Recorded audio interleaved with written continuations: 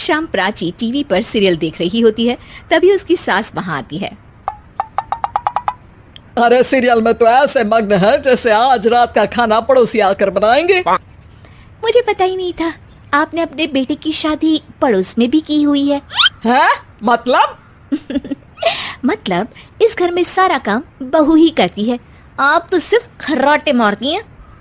अच्छा जी, फिलहाल तो तुम आराम फरमा रही हो, चलो जाओ, ये मेरे टीवी देखने का समय है।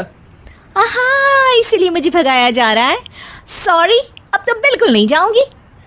प्राची की इस बात पर दोनों सास बहू के बीच टीवी रिमोट के पीछे बच्चों जैसे छीना झपटी शुरू हो जाती है, जिसके बीच श्लोक भी काम से घर वापस आ जाता है। हाँ, आज मेरी चूहे बिल्ली की जोड़ी किस बात पर झगड़ रही है?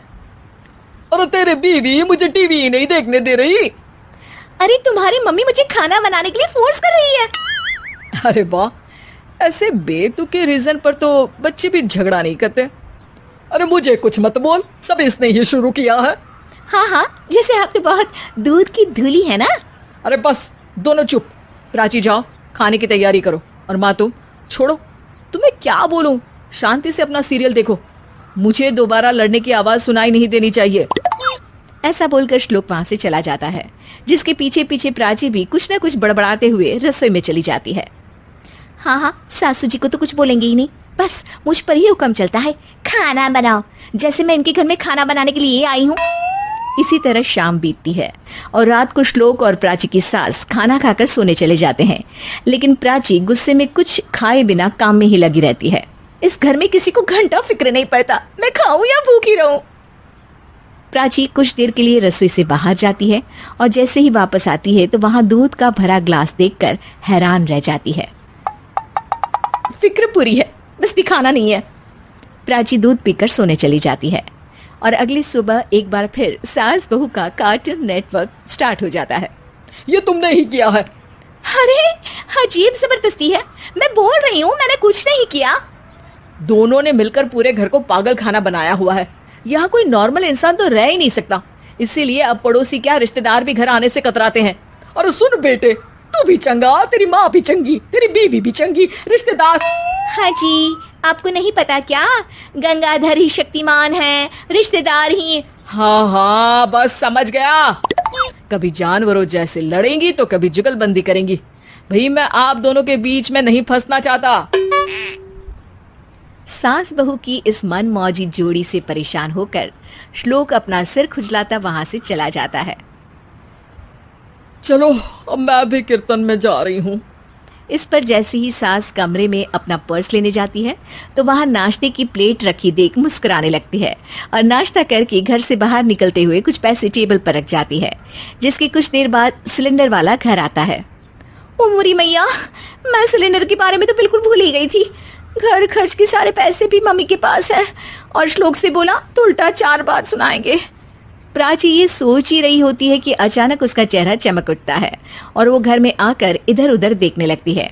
तभी उसकी नजर टेबल पर रखे पैसों पर पड़ती है, जिन्हें वो सिलेंडर वाले को दे देती है। ये सब श्लोक देख लेता है। अच्छा बेटे, इतना बड़ा घोटाला, सबके सामने मैं तेरी दुश्मन और पीठ पीछे तेरी मेरी यारी। इस पर श्लोक एक प्लान बनाता है और शाम को सब एक साथ बैठे होने पर बोलने लगता है। माँ, तुम दोनों की बहुत लड़ाई होती है, इसलिए मैं सोच रहा हूँ कि प्राची को उसके घर छोड़ाऊं, इससे वो भी खुश रहेगी और तुम भी। अचानक श्लोक की ये बात सुनकर सास बहू शौक से उसकी तरफ देखती हैं। अरे ऐसे कैसे घर छोड़ाओगे, मुझे कहीं नहीं जाना। अरे तुमने बोला नहीं पर मैंने सुन लिया, तुम्हें मम्मी के साथ रहना अच्छा नहीं लगता, मुझे पता है। अरे वाह, अरे जब बहू खुद कुछ काम बोले तो वो तुझे सुनता नहीं, और अब जो इसने बोला ही नहीं वो तू समझ गया। जब उसे नहीं जाना तो फिर जबरदस्ती क्यों कर रहा है? अच्छा, फिर आपको मौसी के घर छोड़ाता हूँ।